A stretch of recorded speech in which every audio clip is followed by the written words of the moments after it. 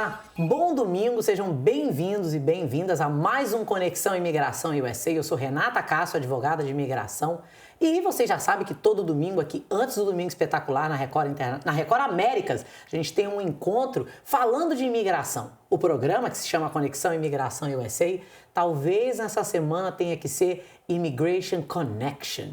Prepare o seu The Books on the Table, porque pela primeira vez a gente vai ter um convidado sendo entrevistado em inglês. É claro que a gente vai estar apresentando as traduções com legenda aqui embaixo, mas eu achei super importante trazer esse convidado que, além de já ter trabalhado comigo em vários casos de EB2, de habilidades excepcionais, extraordinárias, de visto O, como um especialista na parte empresarial, na parte de plano de negócios, nós também escrevemos um livro, 99 Questions to Ask Before Starting a Business in the United States. Para você que tem interesse em saber mais sobre o mundo dinâmico dos negócios nos Estados Unidos, eu vou trazer James Chittenden, que é o fundador da One Click Advisor.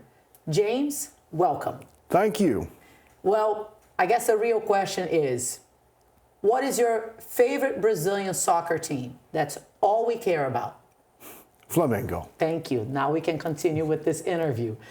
James, here at Conexão Imigração USA, we talk about something that you and I live in our daily professional lives, which is discuss how individuals can come to the United States. So you are the founder of One Click Advisor.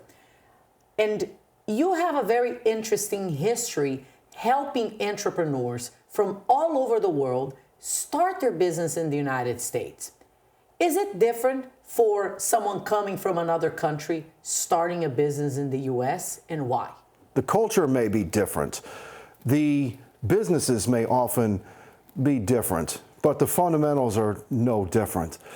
You have to have some things in place, but when it comes to business planning, all of your challenges, questions, everything can be sorted into one of three areas. Marketing, which brings in the customers. Marketing brings in the customers. A lot of people don't understand how to do that, but you first got to find out who the customer is before you can talk to them. The second is operations. Operations keeps the customers. A business that is consistent, well-run, and always gives people a consistent, positive experience will do well and will be admired and will also make money for its owners all the time. If your business, if people are swiping their business cards or their debit cards and buying you from while you sleep, you're doing something right. Marketing brings them in, operations keeps them. But number three, finance is what keeps score. We say finance last because you want to solve a problem before you chase money. And that is what a business plan is. It's the process of solving the problem to see if it's viable. And it's an adventure. It is an adventure. And James, you and I have worked in several successful cases.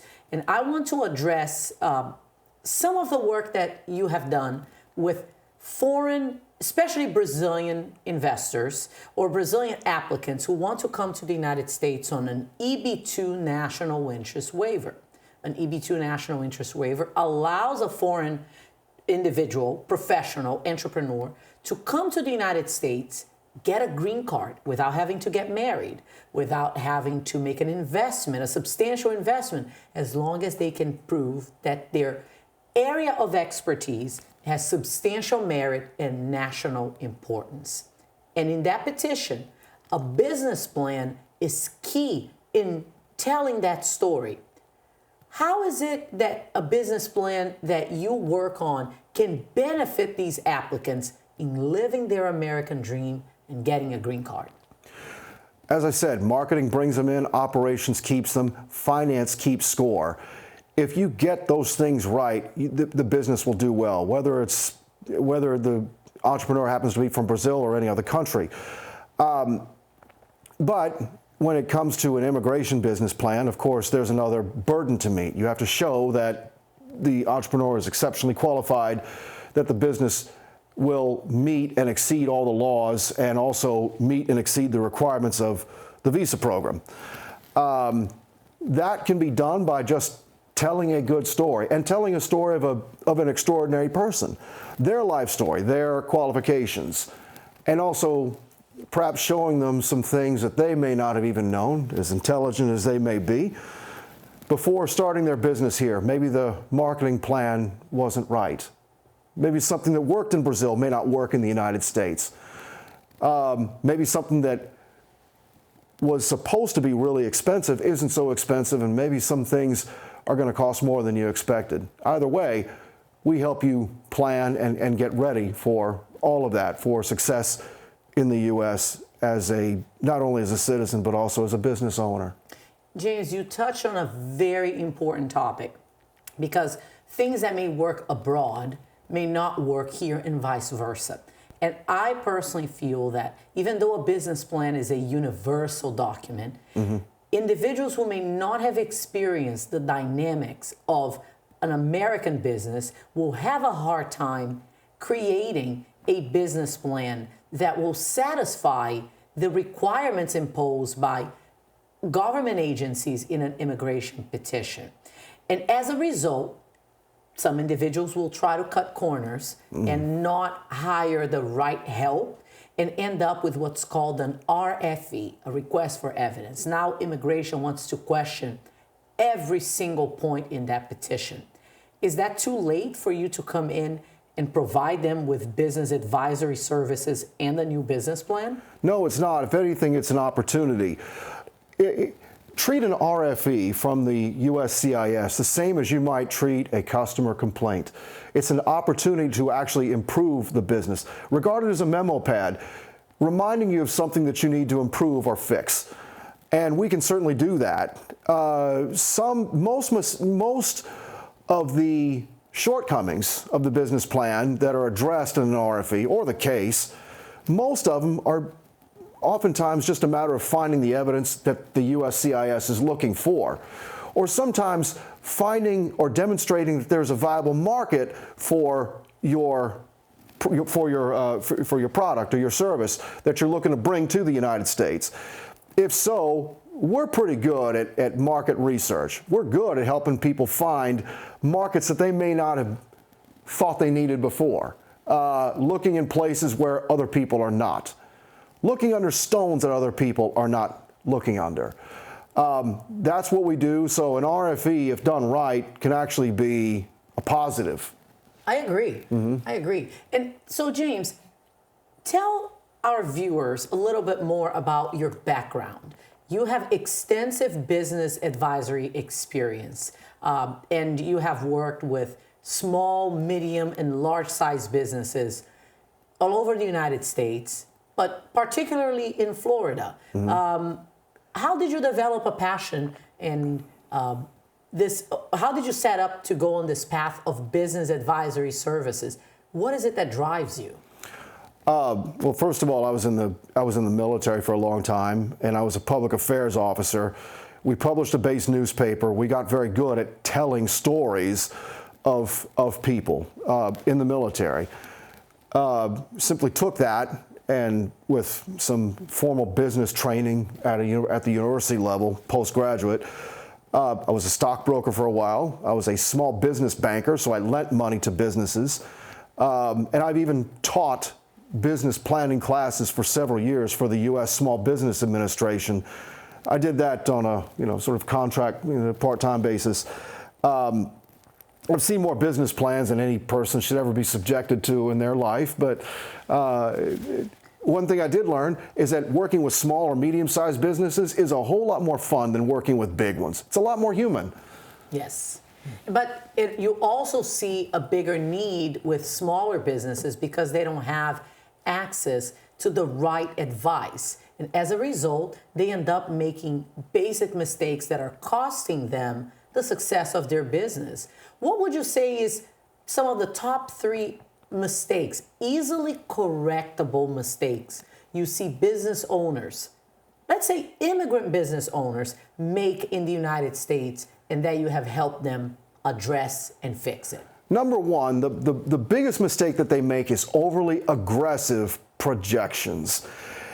Don't expect to come to the United States and be making $5 million on your business within year one. Oh, is that not happening? No, it's not happening. Oh. $15 million in year two. No, just you pluck it off the tree out back. $15 million in year two, and then $25 million in year three. Anyone who reads that business plan is going to wonder, how much cocaine was this person using when they wrote the plan? So it's got to be realistic. Let's face it, most businesses actually lose money in their first year or two of operations. So it's realistic to show that you're losing money, but as long as there is a viable ramp up, and that ramp up, credibly demonstrates that you will not lose money for much longer, then that's viable to everybody who's reading it. So that's the first one. The second one is being maybe a little too conservative when it comes to estimating their expenses and costs, maybe being a little too liberal when it comes to estimating their sales. So if you look at your sales, cut them by about 66%. And then if you are looking at your costs, go ahead and triple them. And if you still have a viable business and can make a profit in a year or two, then you might have a chance. James, you have worked with small and medium-sized businesses in their pursuit of immigration benefits. So they will be represented by a lawyer, and now they need this very crucial document, which is a business plan, to help them obtain their much sought-after green card. Yes. But you also act as an expert, providing expert opinion letters in these cases, talking about the viability of these businesses and how it is beneficial to the United States to allow this individual to live and work and start their businesses in the U.S. What is an expert opinion letter, and what is the role that it plays in an immigration case? An expert opinion letter is exactly as the title suggests. It is an opinion letter from an expert in that given field about whether or not the business is viable. So if it's a business that I don't personally know or understand, I tend to not do those letters, but I do my best to look for someone who is an appropriate expert. So you have to show that not only is the business going to be successful, or that it has a reasonable chance of being successful, but you also have to show that the business is going to comply with U.S. laws and bring the maximum possible benefit to the United States for approving, this business and admitting to the U.S. the immigrant who's applying. It's a good idea to show not only it's not enough to just show this business is going to make X number of money, hire X number of people, and pay so much in taxes. But economic analysis goes well beyond that. If you hire somebody and you pay them $50,000 a year, then you can also show that money goes out in the community. And that money winds up being, some of it goes to state and local taxes, some of it goes to putting their children in college or private school. Some of it goes to groceries, but it's basically taking this immigrant and his or her skills and mainstreaming them into the U.S. And of course, most important from the U.S. economy point of view, mainstreaming their money as well. James, if our viewers want to learn more about your business and about you, where can they find you online? OneClickAdvisor.com, the investor's best friend.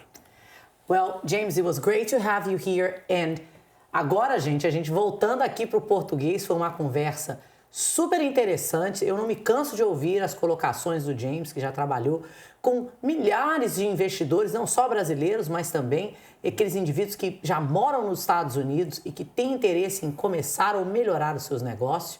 E o que é os Estados Unidos, além do sonho, do documento e do dólar. E o empreendedorismo nos Estados Unidos é a grande força econômica que alavanca esse país. Para você que está me assistindo, eu espero que essa conversa tenha te dado uma nova esperança de empreender aqui e que no domingo que vem, antes do Domingo Espetacular, eu e você nos encontremos aqui na Record Américas. Eu sou Renata Castro, advogada de imigração, e domingo que vem a gente está de volta no Conexão Imigração USA.